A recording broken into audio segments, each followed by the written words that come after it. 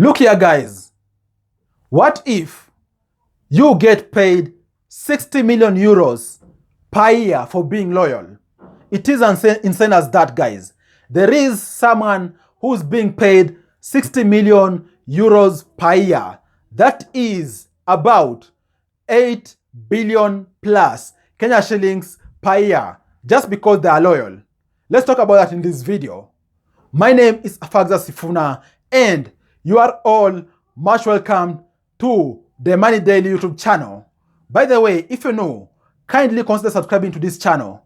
Hapo chini kuna button imeandikwa subscribe. Subscribe, and also while you add it, drop a like on this video. Having said that, there is a footballer who plays for Paris Saint-Germain, PSG Football Club, called Mbappe.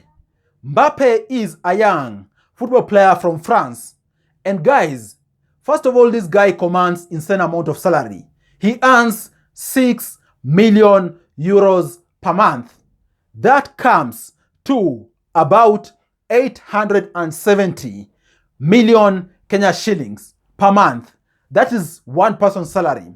That's how insane this guy earns. And beyond that, there was a piece of information which was released about 2 days ago by a French newspaper that even beyond that hefty salary, this guy is also paid 60 million euros, upwards of 8 billion Kenya shillings per year for him being loyal to this club. In essence, umefanya kazi hapo zaidi ya mwaka moja, and also you are showing plans to continue working there. You are paid because you are loyal.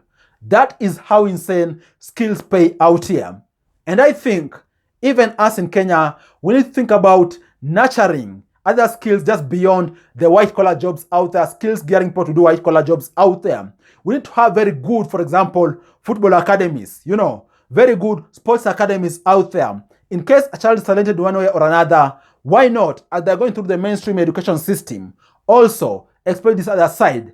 Because you never know, guys. And by the way, talent out there is appreciated. And actually, people pay hefty amounts of money out there for talent. This example of Kylian Mbappe earning almost 9 billion shillings per year for being loyal.